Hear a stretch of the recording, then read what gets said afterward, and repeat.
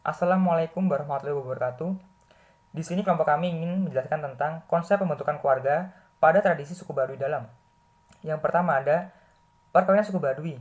Bagi masyarakat Baduy, perkawinan merupakan suatu hal yang sakral. Perkawinan dimulai dari proses peminangan sampai membina rumah tangga yang diatur dalam ketentuan adat yang mengikat. Prinsip hidup berumah tangga adalah hidup selamanya. Orang Baduy menyebut perkawinan sebagai rukun hidup yang artinya perkawinan harus dilakukan. Karena jika tidak, maka ia akan menyalahi kodratnya sebagai manusia. Dalam aturan adat Baduy, tepatnya Baduy Dalam, poligami sangat dilarang karena bagi masyarakat Baduy, menikah cukup sekali seumur hidup. Kecuali salah satu di antaranya meninggal, maka diperbolehkan menikah lagi. Untuk usia perkawinan, masyarakat Baduy masih berpegang teguh pada tradisi lama yaitu anak laki-laki boleh menikah sekitar usia 23 tahun dan anak perempuan dalam usia 18 tahun. Dalam masyarakat Baduy, ada pelarangan pernikahan pada hari-hari tertentu. Misalnya pada bulan Kawalu, Ngalaksa, dan Seba. Ketiga hari tersebut merupakan hari perayaan yang menurut masyarakat Baduy sangat sakral. Jika ada yang melanggar, maka akan diberikan sanksi hukuman sesuai dengan kategori pelanggaran, yang terdiri dari pelanggaran ringan dan berat. Hukuman ringan biasanya berupa panggilan si pelanggar oleh Puun. Puun adalah pemimpin masyarakat Baduy yang berhubungan dengan dunia sakral untuk diberikan peringatan hukuman. Hukuman berat biasanya berupa panggilan oleh Jaro. Jaro di sini adalah pemimpin yang berurusan dengan dunia profan untuk diberikan peringatan dan dimasukkan ke dalam lembaga permasyarakatan atau LP atau rumah tahanan selama 40 hari. Bila sudah keluar, maka ia akan ditanyai kembali apakah dirinya masih ingin berada di suku Baduy Dalam atau di suku Baduy Luar di hadapan para Puun dan Jaro. Mengapa suku Baduy Dalam dan Luar berbeda? Di suku Baduy Luar itu lebih longgar dan dalam penerapan aturan adatnya itu juga lebih longgar. Tidak seperti Baduy Dalam. Lalu tahap yang kedua adalah tahap mencari jodoh. Peristiwa perjodohan didahului oleh acara lamar atau ngelamar atau meminang. Dalam masa pacaran, biasanya melakukan pertemuan-pertemuan, tetapi seperti orang yang tidak saling mengenal, istilahnya acuh tapi butuh. Orang ketiga dari pihak si bujang maupun si gadis yang menjadi perantara juga sembunyi-sembunyi melakukan pertemuannya. Sampai pada saat pertunangan resmi baru ketahuan oleh umum. Lalu yang ketiga ada upacara lamaran dan penentuan mahar. Pelamaran biasanya dilakukan sebanyak 3 tahap. Yang pertama, dilakukan di rumah pihak perempuan pada waktu sore hari saat anak-anak mereka masih berada di ladang. Orang tua pria biasanya membuat sirih pinang sebagai simbol untuk melamar anaknya. Setelah ada kesepakatan antara pihak pria dan pihak perempuan, maka pihak laki-laki mendatangi Jaro Tangtu. Biasanya pihak laki-laki membawa perlengkapan nyirih dan bumbunya sebagai syarat wajib dalam rangka bermusyawarah membicarakan maksudnya akan mengawinkan anaknya pada lamaran pertama. Dalam pertemuan ini, agenda yang dibicarakan adalah perihal penentuan waktu untuk proses lamaran kedua. Setelah selesai keesokan harinya, Jaro Tangtu membicarakan kepada Puun sebagai petinggi warga Baduy dalam rangka meminta petunjuk dan keputusan terkait rencana salah satu warganya yang akan menikahkan anaknya. Yang kedua, bila maksud lamaran pria diterima oleh pihak perempuan, maka 8 bulan kemudian keluarga pihak pria membawa calon pengantin pria mendatangi rumah calon istrinya. Pada tahap kedua ini biasanya dilakukan acara tukar cincin. Dalam tahap kedua ini, seluruh Baduy hadir untuk menjadi saksi. Tahap kedua ini dilakukan di tempat khusus yang bernama Balai Adat. Pada tahap kedua ini, orang tua pihak pria akan menyerahkan anaknya untuk bekerja di ladang milik calon mertua. Bila pihak perempuan merasa cocok dengan hasil kerja calon mantunya, maka diteruskan sampai 6 bulan bahkan 1 tahun. Hal ini dilakukan agar pihak perempuan mengetahui bahwa calon menantunya bisa bekerja dan bertanggung jawab atas keluarganya. Jika pihak perempuan merasa yakin, maka tahap ketiga pun dilakukan. Yang ketiga, pihak laki-laki kembali mendatangi pihak perempuan dan menegaskan keinginannya untuk menjodohkan anaknya. Biasanya pihak laki-laki membuat seserahan berupa seperangkat kebutuhan dapur, termasuk beras dan lain-lain.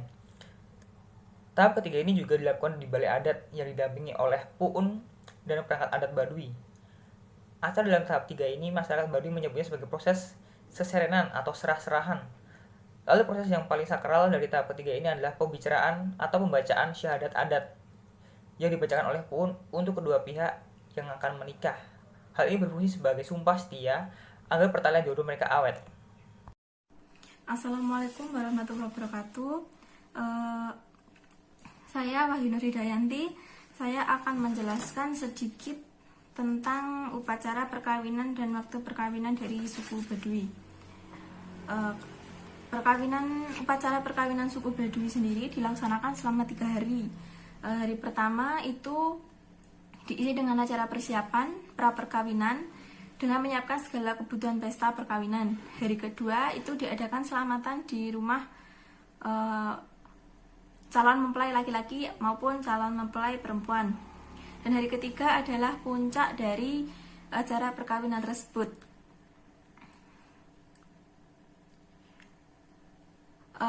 Untuk pada hari kedua itu kan diadakan upacara selamatan. Nah, upacara selamatan itu dipimpin oleh dukun kampung dan dilakukan pada waktu menjelang malam hingga tengah malam. Pada waktu yang sama juga diadakan upacara selamatan di balai yang dihadiri oleh masing-masing utusan pihak pengantin. Acara ini dipimpin oleh Puun. Dan untuk hari ketiga atau puncak dari acara perkawinannya, itu pengantin dilakukan di balai adat. Nah, sebelum dibawa ke balai adat, pengantin dirias dengan tata rias ala suku Baduy. Untuk acara pada hari ketiga ini dilakukan pada siang hari dan langsung dipimpin oleh Jaro Tangtu.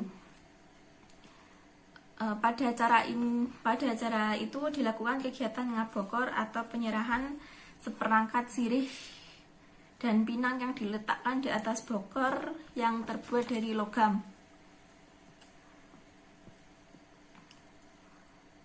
Kemudian dalam acara itu sang kerabat pengantin menyerahkan sepiring nasi dan ikannya kepada Puun. Setelah itu Puun berdoa dan membaca mantra-mantra, kemudian ditiupkan ke sepiring nasi tadi. Setelah itu sepiring nasi tadi diberikan kepada sepasang pengantin yang kemudian saling menyuapi satu sama lain. Setelah itu seluruh kerabat dan perangkat ke Puun makan bersama. Setelah itu lanjut ke acara pembasuhan kaki pengantin pria oleh pengantin wanita. Pembasuhan kaki ini merupakan simbol tugas dan kesetiaan sang istri pada suami. Dan setelah acara tersebut, maka upacara sudah selesai. Kemudian setelah acara sudah selesai di balai adat, ada acara selanjutnya yang diadakan di rumah pengantin wanita. Mereka diminta duduk bersanding menghadap ke Jaro untuk dipegang kedua ibu jari pasangan pengantin dan kemudian memantrainya. Setelah itu mereka telah disahkan sebagai pasangan suami istri yang akan membina keluarga. Upacara adat pun dilanjutkan pada malam hari. Seluruh kerabat pengantin diminta untuk makan bersama dan di sela acara makan mereka dihibur oleh juru pantun. Bila seorang warga Baduy dalam tidak menemukan jodohnya di Baduy dalam atau menurut pilihan orang tua atau tokoh, maka boleh mengambil orang Baduy luar. Selanjutnya, secara otomatis orang Baduy luar yang terpilih harus pindah menjadi anggota Baduy dalam.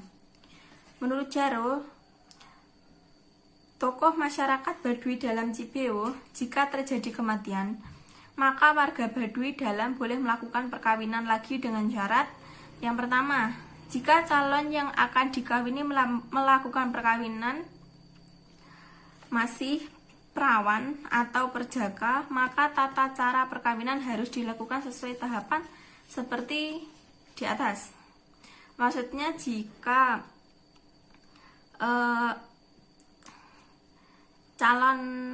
jika ingin menikah lagi, maka calon yang akan dikawini masih perawan atau jejaka, itu tradisi upacaranya sama seperti saat menikah dengan perjaka atau perawan. Dan yang kedua, apabila yang mau menikah tersebut janda atau duda, maka proses tahapan lamaran bisa dipercepat, tidak harus menunggu waktu 1 tahun. Seperti itu. Jadi mungkin itu jika ada orang yang sudah menikah kemudian pasangannya itu meninggal, maka si pasangan tersebut boleh menikah lagi jika calonnya itu perawan atau jejaka, maka mengikuti tahapan sesuai adatnya. Dan apabila yang dinikahi itu janda atau duda, maka proses tahapan lamaran itu bisa dipercepat tanpa harus menunggu waktu seperti itu. Dan untuk waktu perkawinannya itu dilaksanakan pada bulan K5, K6, K7 itu pada penanggalan adat Baduy. Pada ketiga bulan tersebut diyakini merupakan bulan mustari atau bulan barokah bagi pelaksana perkawinan. Biasanya pada bulan K5 tersebut dilaksanakan perkawinan bagi yang meninggal pasangannya. Khusus pada bulan Kasta, Karo, K3 dan Sapar dilarang melaksanakan perkawinan karena bulan tersebut merupakan bulan khusus kegiatan adat kawalu dan acara seba. Di sini saya akan menjelaskan tugas dan peran individu pada struktur keluarga suku Baduy Dalam.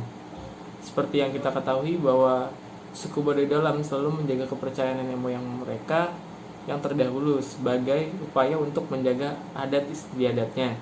Fungsi keluarga dalam tugas ini menegaskan identitas sebagai bagian dari suku Baduy Dalam. Selain itu, adapun peran per individu sebagai berikut. Yang pertama di sini ayah diibaratkan sebagai seorang yang memegang kendali, mencari nafkah. Seperti yang kita ketahui, mata pencarian suku Baduy Dalam biasanya dengan berkebun, bertani, dan menjual hasil buminya. Dan kedua di sini ada ibu. Dalam suku Baduy Dalam, umumnya istilah ibu terkenal dengan konsep ambu, yang berfungsi untuk berperan sebagai memelihara, pengayom, dan pelindung. Oleh karenanya, sosok ambu ini dalam masyarakat suku Baduy sangatlah dihormati. Yang ketiga adalah anak. Dalam pemahaman suku Baduy, anak menjadi syarat atau tolak ukur untuk menjadi keluarga yang utuh. Orang Baduy menganggap mempunyai anak dapat menentukan kedudukan dalam masyarakatnya. Di sini ada pun masalah keluarga dalam suku Baduy. Antaranya di sini pada keluarga suku Baduy Dalam terutama tidak sedikit dari individu ayah, ibu atau anak, bahkan satu keluarga yang utuh berpindah ke suku Baduy luar. Alasannya bervariatif, mulai dari melanggar ketentuan adat atau memang dari keinginannya pribadinya sendiri. Namun yang menarik, banyak generasi suku Baduy Dalam yang memisahkan diri dari budaya suku Baduy Dalam. Dalam riset kami, ada dua faktor yang mengakibatkan para generasi Baduy Dalam memisahkan diri. Yang pertama, di sini ada keinginan untuk bisa merasakan budaya luar. Contoh, Kang Mursyid, seorang pemuda yang dahulunya berada di Baduy Dalam dan sekarang menikah dan menetap di Baduy luar. Contoh yang kedua, banyaknya melihat turis lokal dan asing yang mencoba mengenalkan budaya baru pada mereka. Walau di sini wisatawan itu tidak secara langsung untuk mengenalkannya. Hal ini banyak menjadi problematik di suku Baduy Dalam karena mereka merasa risih terhadap oleh wisatawan yang hilir mudik. Sekian, terima kasih. Dalam pembahasan kali ini saya akan menjelaskan mengenai penyelesaian problem. Melihat fenomena generasi suku Baduy Dalam dapat digarisbesari bahwa para generasi muda ingin melihat budaya dari luar. Hal ini bukan berarti baik, bukan juga berarti buruk. Pasalnya yang dilakukan dan ditakutkan dari semua itu adalah tidak ada yang melanjutkan ciri khas dari suku Baduy Dalam yang masih mempertahankan nilai-nilai adat dan leluhur serta menjaga kestabilan alam yang telah dijaga sejak lama. Adapun penyelesaian seperti berikut. A. Menanamkan kebanggaan menjadi suku Baduy Dalam. Edukasi semacam ini penting disuarakan di lingkungan keluarga. B. Menjaga ciri khas dari adat dan budaya suku Baduy. C. tuntutan kepada pemerintah agar dihapuskannya dari destinasi wisata nasional dan Google. Ini yang sedang gencar-gencarnya disuarakan oleh tokoh dari adat suku Baduy. Selain orang Baduy merasa risih, para wisatawan ini dapat mengganggu kestabilan alam mereka. Namun pada intinya orang Baduy tidak menolak wisatawan untuk bersilaturahmi, asal mematuhi peraturan dan norma adat yang berlaku. Kesimpulan yang dapat diambil dari pembahasan kali ini ialah perkawinan merupakan suatu hal yang sakral menurut suku Baduy. Perkawinan merupakan prinsip hidup berumah tangga.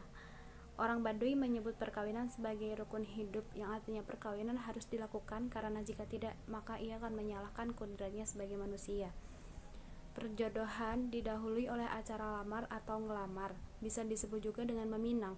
Dalam pacaran, biasa melakukan pertemuan-pertemuan tetapi seperti orang yang tidak saling mengenal, sampai pada saat pertunangan resmi baru ketahuan oleh umum. Proses pelamaran biasanya dilakukan sebanyak 3 tahap. Kawin adat suku Baduy dilakukan sampai 3 hari. Pada hari pertama diisi dengan acara persiapan pra-perkawinan dengan menyiapkan segala kebutuhan peserta perkawinan. Hari kedua diadakanlah upacara selamatan baik di rumah pria maupun di rumah wanita. Pada hari ketiga dilakukan pada siang hari dan langsung dipimpin oleh Jaro Tangto. Pada acara ini dilakukan kegiatan ngabokor atau penyerahan seperangkat sirih dan pinang yang diletakkan di atas bokor yang terbuat dari logam. Waktu perkawinan pada suku Baduy dilakukan pada bulan ke-5, ke-6, ke-7 pada penanggalan adat Baduy. Pada ketiga bulan tersebut diyakini merupakan bulan misteri atau barokah bagi pelaksanaan perkawinan. Khusus pada bulan Kasa, Karot, Katiga, dan Safar dilarang melaksanakan perkawinan karena bulan tersebut merupakan bulan khusus kegiatan adat Kawalu dan acara Seba. Suku Baduy Dalam selalu menjaga kepercayaan nenek moyang terdahulu sebagai upaya untuk menjaga adat istiadat yang berlaku. Fungsi keluarga dalam tugas ini menegaskan identitas sebagai bagian dari suku Baduy Dalam.